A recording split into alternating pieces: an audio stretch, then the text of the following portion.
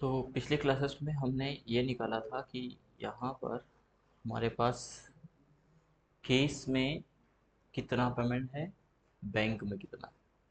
इसके बाद closing balance की बात करें तो जो लास्ट में हमारे पास बचा है ना, एक्सपेंसेस के बाद वो हमारा क्लोजिंग बैलेंस होगा।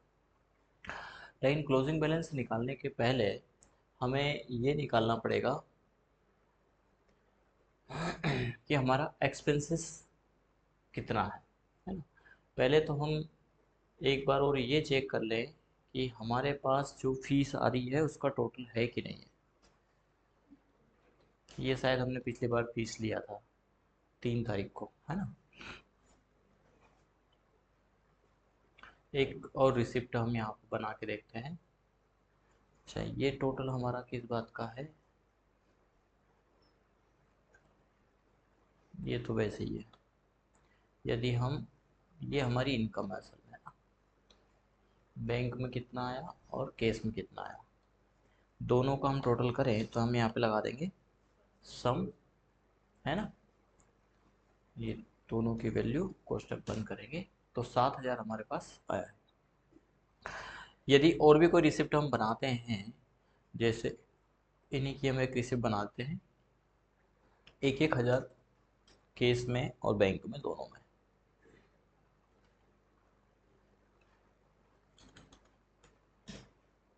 ठीक है, सेव को क्लिक करेंगे तो दोनों में 1,000 का हमारा ऐड हो जाना चाहिए, बिल्कुल हो गया। तब हमारे पास 9,000 क्लोजिंग में आ गया। इतना सभी को आ गया था सामने, है ना। अब आगे बढ़ते हैं। अब यदि हम यहाँ पर एक और चाहते हैं कि आज टोटल कितना आया, टोटल रिकॉर्ड में हम टुडे का इनकम हम चाहते हैं, तो या तो आप इसी पे बना लीजिए या हमने बना ही रखा है ये इनकम टुडे, है ना। इसमें केस पे भी और बैंक भी, लेकिन हमारे इसमें ऐसा केस नहीं लिखा है, तो जैसा लिखा है वैसा का वैसा ही हम यहाँ से ले सकते हैं, है ना। ऐसा कैसा, बैंक में कितना आया है वो हमें निकालने के लिए, और यहाँ पर हम लगाएंगे फॉर्मूला जो कि अभी तक नहीं लगा है। यहाँ फॉर्मूला यूज़ करना है टुडे का, तो ये डेट आ जाएगी, ठीक है। और यहाँ पर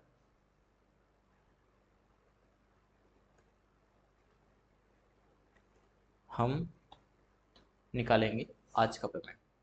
अब टोटल हमारे पास 9,000 रुपये आए, लेकिन आज कितने आए हैं ये निकालने के लिए हमारी स्लिप में टुडे जो हमने डेट लगा रखा है वो और वैल्यू हमारी एक साथ ही होना चाहिए। अब देखिए, केस में कितना आया वो यहाँ पर डाल रखा है बैंक में, यहाँ और यहाँ पर डेट। ये नहीं कि हमें यहाँ पर कुछ भी संशोधन करने की आवश्यकता नहीं है। अब हमें सिर्फ यहीं पर एक कंडीशन लगाना, क्या कंडीशन लगा देंगे, इक्वल सम इप्स। सम इप्स में सम रेंज, तो सम रेंज हमारी ऑल रिसिप्ट पर है। टोटल किसका करना चाहेंगे, पहली स्थिति में हम बात कर रहे हैं केस, केस हमारा ऊपर है, तो यहाँ पर केस वैल्यू किस रॉ में है वो हम देखें, तो केस इसमें और वैल्यू इसमें है, यानी टोटल हम किसका करना चाहेंगे, G2G का, कॉमा क्राइटेरियन किस में है, एप में है, केस पेमेंट, ठीक है, कॉमा क्राइटेरिया कहाँ है, तो केस का जो क्राइटेरिया है वो हमारा एक्सपेंसेस में, ये केस यहाँ बैठा हुआ है, इसी में बैठा है, ठीक है, कॉमा एक और रेंज हमारी, वो क्या है, टुडे, आज की डेट। तो आज की डेट इस ऑल स्लिप में कहाँ बैठी है, तो आज की डेट बैठी हुई है के में, तो हम दे देंगे के, कोष्ठक बंद करेंगे और एंटर करेंगे, यानी आज का पेमेंट 1,000 आना चाहिए। एरर आ गया, के टू के बाद हमने कंडीशन तो दी नहीं, क्राइटेरिया रेंज दिया। क्राइटेरिया क्या है, ये डेट, ये हमारा क्राइटेरिया है। क्राइटेरिया रेंज वहाँ है और क्राइटेरिया यहाँ है, कोष्ठक बंद करेंगे और एंटर कर देंगे, ठीक है। ये दिखा रहा है आज 0, जबकि हमारे पास आज 1,000 आया है ना। तो अब हम अपनी रिसिप्ट 7/4 दिखा रहा है डेट, यहाँ क्या दिखा रहा है, 7/4 दिखा रहा है यहाँ पे। ठीक है, में हमारी वैल्यू है टुडे में, बातें नहीं, समझ लो पहले, कुछ कारण हो सकते हैं।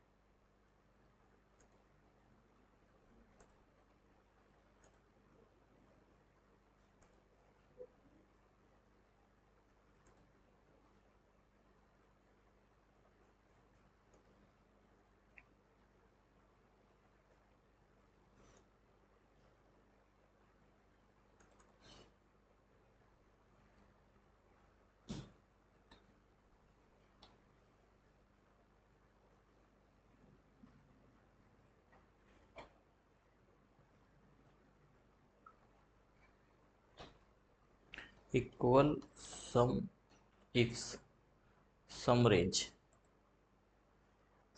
होगी हमारी जी, comma criteria range first, criteria हमारा डेट, कॉमा इसमें क्राइटेरिया कहाँ है, तो हम EXP से ये क्राइटेरिया सिलेक्ट कर लें, कोष्ठक बंद करेंगे, एंटर करेंगे, 1000 रुपये आ गया। पहले कहीं ना कहीं सिलेक्शन में गलती थी। हाँ नहीं, एफ तो अब भी लगाएंगे, पहली कंडीशन है ये। दूसरी कंडीशन कैश पेमेंट भी आना चाहिए ना, ये वाली वैल्यू जो लिखी है हमने। तो यहाँ पर आगे हम एक और कंडीशन, क्योंकि बैंक और केस में दोनों पे हमारे पास टुडे का तो आ गया नहीं, इसमें फॉर्मूले में इशू नहीं है। कॉमा क्राइटेरिया रेंज 2 क्या है, तो ऑल रिसिप्ट में जाएंगे, केस पेमेंट हमारा लिखा है एफ में,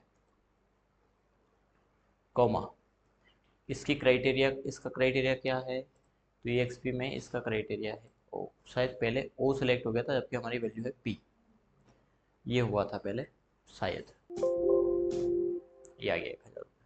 ठीक है, तो आज कितना है, अब ये कल रीसेट हो जाएगा, ये हर दिन का बताएगा जबकि ये टोटल बताएगा। तो हम ये चाहते हैं कि शाम तक जो भी पेमेंट आया उसका हमें पता चल जाए। तो इसके लिए हमने दो कंडीशन लगाई, एक तो डेट और एक केस और बैंक। अब यहाँ पे जो फॉर्मूला लगा, या तो आप फिर से लगा लीजिए या कॉपी कर लीजिए, तो हम इसी को कॉपी कर लेते हैं, कंट्रोल C से कॉपी करेंगे और अब यहाँ पर हम पेस्ट कर देते हैं। लेकिन पेस्ट में क्या चेंज हो जाएगा, एक तो P2 हो जाएगा, तो हमारा P1 की जगह P2, सॉरी P2 की जगह P3 में है हमारा बैंक, और बैंक की वैल्यू किस कॉलम में है वो हमें यहाँ पे देखना पड़ेगा,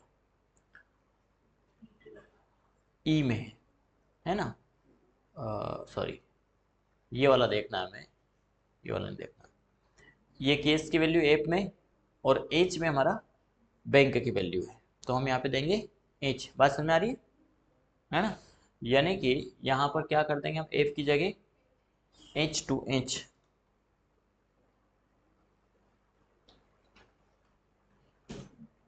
क्या गया। अब टोटल आज कितना पेमेंट आया, तो यहाँ पर हम लगा देंगे इक्वल सम, इन दोनों का टोटल कर दीजिए। अब यदि कोई स्टूडेंट 2200 रुपये हमारे पास बैंक में देता है रिसिप्ट, ठीक है, फीस स्लिप में जाएंगे, अब यहाँ से वैल्यू 0 कर देते हैं और बैंक में 500 रुपये डालते हैं, सेव को क्लिक करेंगे और एक्सपेंसेस में जाएंगे, बैंक में 500 रुपये बढ़ जाना चाहिए था,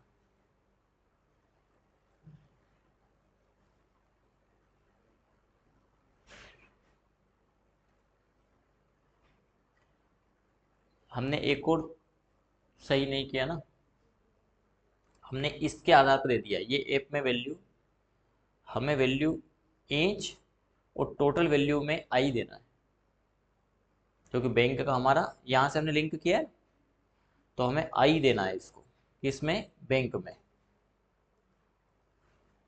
ये तो पहला हो गया हमारा डेट वाला, सम करे G2G, तो G2G में है क्या हमारी वैल्यू, ये भी हमें चेक करना है, जी में वैल्यू केस की हमारी, जबकि हमारी वैल्यू है अब आई में, तो यहाँ पे क्या करेक्शन करना है, आई करना है जी की जगह। वो तो ऐसा देखा जाए तो पूरा नया लगाना है, जैसा ही हो जाता है, आई से आई, ये आ गया। तो ये पहले 1000 किसका आया था, वो केस का आ गया था, ठीक है ना, ऐसा। तो यहाँ पर अब यदि अब हम केस में 300 रुपये लें तो 1300 हो जाना चाहिए, ऐसा हमें परखना पड़ेगा सब तरफ से कैलकुलेशन के बाद। हम चाहते क्या है, ये 2800 रुपये आज टोटल आ गया। अब हमारा जो क्लोजिंग बैलेंस कहता है वो क्या कहता है, कि जो हमारी टोटल आय हुई उसमें से हमारा टोटल एक्सपेंसेस माइनस होना, इसके बाद जो बचा वो हमारा क्लोजिंग बैलेंस है। तो एक्सपेंसेस के लिए हमने यहाँ पर ये एक शीट बना रखी है, ये हमारे एक्सपेंसेस है। क्या क्या एक्सपेंसेस है, तो जो बैलेंस शीट होती है उसी में हमारे बैलेंस हमारे एक्सपेंसेस डिक्लेयर होते हैं।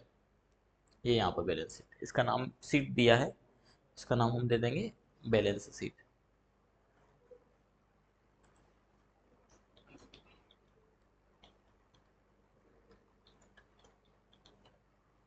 ये बैलेंस शीट। अब वो बैलेंस शीट में ये हमारे तमाम एक्सपेंसेस है।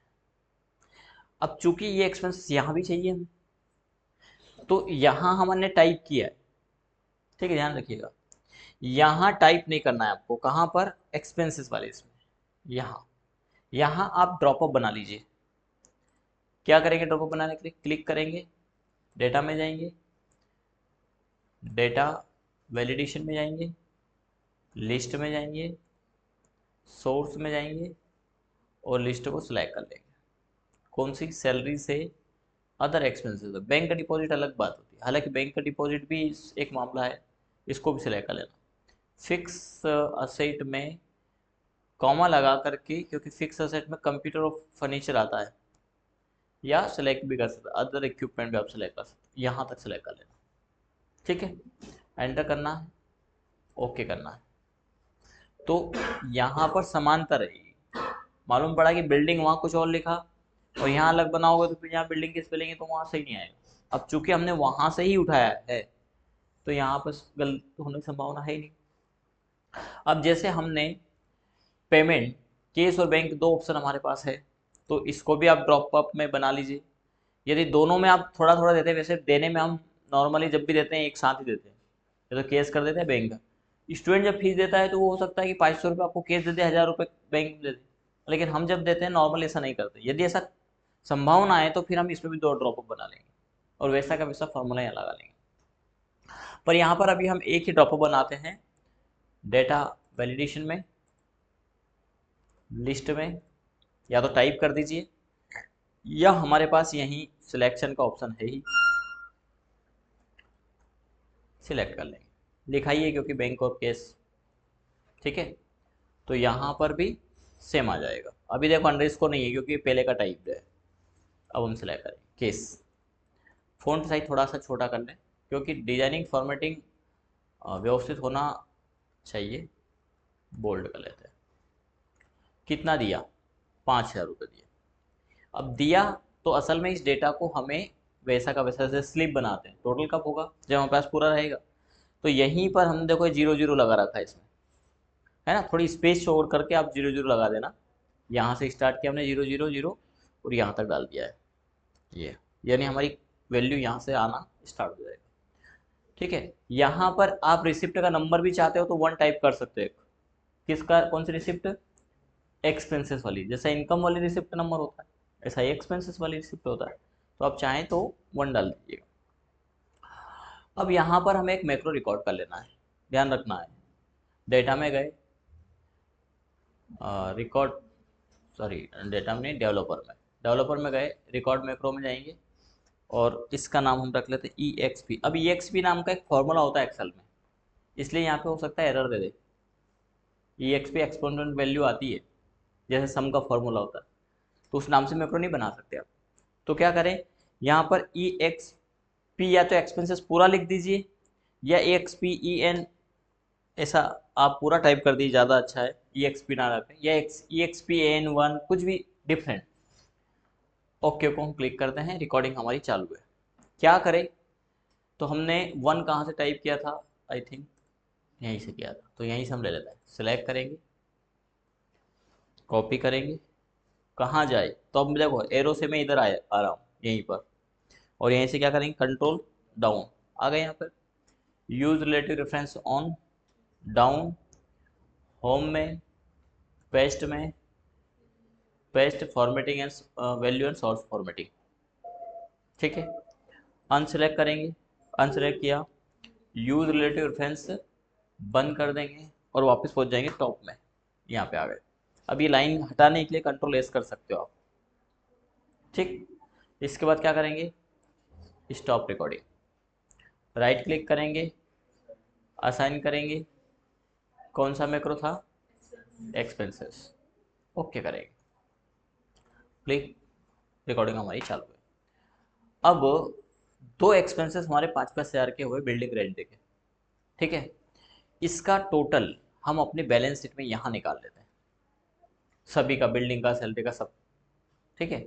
तो यहाँ पर भी अब हमने दो ऑप्शन डाल रखे, केस की बैंक कैसे दिया पेमेंट, तो यहाँ आप लिख लीजिए इक्वल करके, इक्वल एक्सपेंसेस में हमारा क्या लिखा हुआ है, केस पे। इक्वल देने से क्या हो जाएगा, ऐसा कैसे वहाँ पहुँच जाएगा वैल्यू, है ना। भारतीय आ रहा है समझ में। देखो जिन्होंने पहले का कर लिया उनको सबको समझ में आ रहा होगा, नहीं तो मार्ट साहब आप क्या समझा रहे हो, कुछ भी समझ में नहीं आया। जैसा पिछली क्लास में आपने बोला था कि सर आपने क्या किया, लिंक है, हर क्लास लिंक है, ठीक है। क्या करेंगे, इक्वल क्यों कर रहे हैं, क्योंकि ऐसा कैसा लिखा आ जाए, इक्वल क्या आ जाए, बैंक पे, ठीक। अब चूंकि हमने बिल्डिंग रेंट केस दिया है, बैंक का सिर्फ दे सकते हैं हम, तो यहाँ पर क्या लगाएंगे, सम, सारा मामला सम इफ से निपटा रहे हैं, सम इफ्स, सम रेंज कहाँ पर है, ईएक्सपी में, एक्सपेंसेस में, कहाँ से है, तो या तो आप पूरा कॉलम सेलेक्ट कर लीजिए, पर पूरा सेलेक्ट करने में क्या होगा, ये वैल्यू हटानी पड़ेगी हर बार, नहीं तो ये वैल्यू जुड़ करके आएगी, या फिर यहीं से। अब इसमें ध्यान रखना है, ऐसा नहीं कि इस वैल्यू को यहाँ से सिलेक्ट करें या दूसरी वैल्यू को यहाँ से, सेम कॉलम होना चाहिए सम एफ के लिए। तो सम किसका लगाना चाह रहे हैं अभी हम, इस कॉलम का, डी से, तो यहीं से क्लिक किया, control shift arrow down, 10,48,575, comma, criteria क्या है, तो हमें क्राइटेरिया क्लिक एरो से चलना पड़ेगा, क्राइटेरिया केस हो रहे, तो यहाँ से सिलेक्ट किया था इसको, इसको भी यहीं से सिलेक्ट करेंगे। अब इसमें नंबर लिखा रहा, उसमें D2D तो पूरा कॉलम हो गया था, पर इसमें चूंकि ऊपर वैल्यू एक बार बैठी है, उसको डिलीट नहीं किया हमने, या तो उसको डिलीट करिए आप आकर, या फिर यहाँ से सिलेक्ट कर लीजिए। तो C32 से कहाँ तक, ये रेंज हो गया। क्राइटेरिया कहाँ है, तो केस का क्राइटेरिया कहाँ है, बैलेंस शीट में, ये केस लिखा हुआ है, J4, कोष्टक बंद करेंगे, एंटर करेंगे, ठीक है। अब ये वैल्यू दिखाने के लिए पहले हम इसका फॉन्ट कलर कर लें,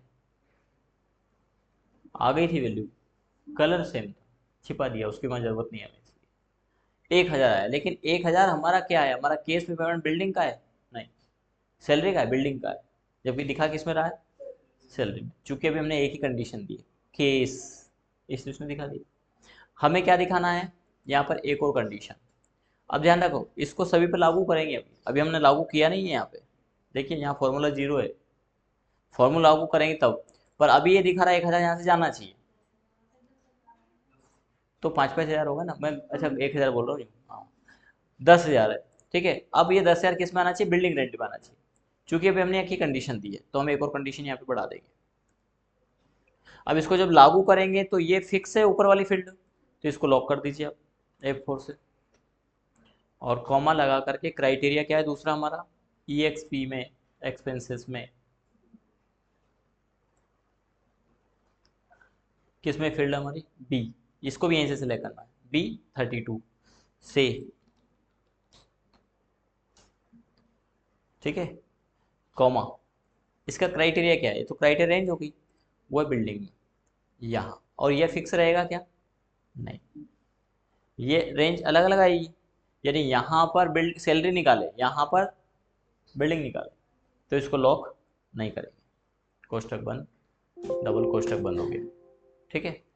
अब चूंकि हमने D2D सिलेक्ट नहीं किया है, अब यदि इस फॉर्मूले को आगे आप ले जाओगे ना, तो एरर आ सकता है, क्यों आ सकता है, हैज रेफरेंस आ गया, क्योंकि ये यहाँ से वैल्यू चली गई,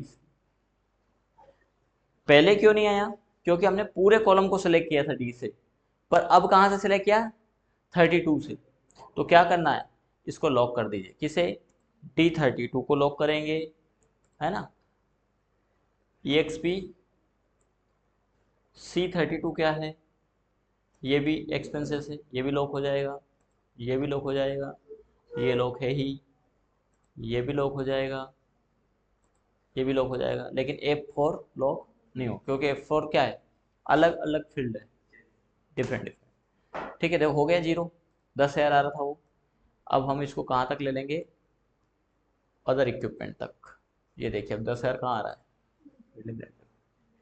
यदि आपने यहाँ पर बैंक चार्जेस या कोई और एक्सपेंसेस किया, सैलरी किया, सपोज करिए कि टीचर को सैलरी दिया हमने, तो यहाँ पे क्या सिलेक्ट करेंगे, सैलरी। पर अभी बैंक सेलेक्ट नहीं कर सकते आप, क्योंकि बैंक वाले में फॉर्मूला नहीं लगा है ना। अभी हम क्या सेलेक्ट करेंगे, केस कितना दिया, बोले 7,500 दिया, सेव करिए बैलेंस शीट में। अभी बैलेंस शीट हमारा क्लोजिंग बैलेंस अभी नहीं आया है, अभी वैल्यू आई है। अब क्लोजिंग बैलेंस लाएं, लाने के पहले पहले तो इस बैंक का मामला निपटाओ। तो यहाँ इस पूरा फॉर्मूले में सिर्फ एक ही चीज़ चेंज होगी, कॉपी कर लेते हैं। क्या चेंज होगी, क्योंकि हमारी फील्ड समान है, तो यहाँ पर फॉर्मूला पेस्ट करके केस की जगह बैंक ले लेंगे। केस हमारी किस में वैल्यू में है, जे, और जे कहाँ है, जे फोर, ये इसके क्या दे देंगे, के, ये 0 आया, और इसी के को हम लागू कर देते हैं यहाँ तक। अब यदि एडवर्टाइजमेंट पेमेंट हमने ऑनलाइन किया, आ गया ना समझ में। तो यदि हमने एडवर्टाइजमेंट बैंक से किया, एडवर्टाइजमेंट कितना किया, 1,000 रुपये बना के, ठीक है, सेव को क्लिक करेंगे, आगे एडवर्टाइजमेंट में, ठीक। अब यहाँ पर ये कहता है कि केस में कितना पेमेंट हमारे पास है, क्लोजिंग बैलेंस से कहता है कि केस में आपके पास 11,300 है, बैंक कहता है 8,500 है। क्यों है, यदि वो भी देखेंगे तो पहले का कुछ हमारे पास 5,000 बैंक में था और कुछ पेमेंट बाद में आया है, केस में हमारे पास कुछ पेमेंट बाद में आया है, ठीक है। पर खर्चे के बाद क्या ये पेमेंट बचा, कितना खर्चा कर दिया हमने, 10,000 बिल्डिंग रेंट दे दिया, केस में 11,300 थे, सैलरी दे दी 7,500, यहाँ तो हमने इनकम से ज़्यादा एक्सपेंस कर दिया, जबकि हमारे पास क्लोजिंग बता है। तो करना क्या है, हमें जो केस में टोटल खर्चे हुआ है पहले तो उसको जोड़ लो यहाँ पे, इक्वल सम, कहाँ से कहाँ तक, तो यहाँ से यहाँ तक। एक चीज़ छूटेगी इसमें, वो आगे बताऊंगा मैं। टोटल खर्चा कितना हो गया, 17,500। इसी प्रकार इसको आप क्लिक करके यहाँ से खींच सकते हो, तो इधर का भी निकल जाएगा। सर्म का फॉर्मूला ऐसे चलता है तो ऐसे भी चलता है, तो आसान हो जाएगा। ज़्यादा तो नहीं हो गया, हो गया तो बोल देना, मैं यही रोक दूंगा क्लास। हाँ, अब हमारा क्या हुआ है, ये जो हमारा क्या है, खर्च है, हमारे पास क्लोजिंग क्या था, केस, ये इसमें से एक्सपेंसेस को माइनस कर दीजिए आप, ये माइनस में बचेगा 6,000, ठीक है। अब असल में ऐसा नहीं होना, क्योंकि हम ऐसा खर्चा कैसे कर सकते हैं, ऐसा कैसा ही हमारा यहाँ पर भी माइनस हो जाएगा बैंक वाला अमाउंट, ठीक है। तो अब हमें पहले एक्सपेंसेस में जो हमने एक्सपेंसेस किए, क्योंकि ये तो बिना विचारे किए, बिना विचारे कैसे हुए, क्योंकि उस समय तो ये था ही नहीं टोटल वाला मामला, अब विचार क्या करना पड़ेगा। अब यदि हम बैलेंस शीट में जाएं या क्लोजिंग बैलेंस में जाएं, ये देखिए अब हमारे पास केस में है 11,300 रुपये, उसमें से यदि हमने 10,000 सैलरी दे दी, एक्सपेंसेस में जाएंगे, और केस कितने, 10,000, अकाउंट भी सही सेलेक्ट करना है, अब ये सेलेक्ट करना पड़ेगा, नहीं तो दूसरे को दिया जाएगा। सैलरी बैलेंस क्या कहता है, 1,300 रुपये। अभी मामला खत्म नहीं हुआ है, लेकिन बताऊंगा आगे नेक्स्ट क्लास में क्या रह गया है, ठीक, इतना करिएगा।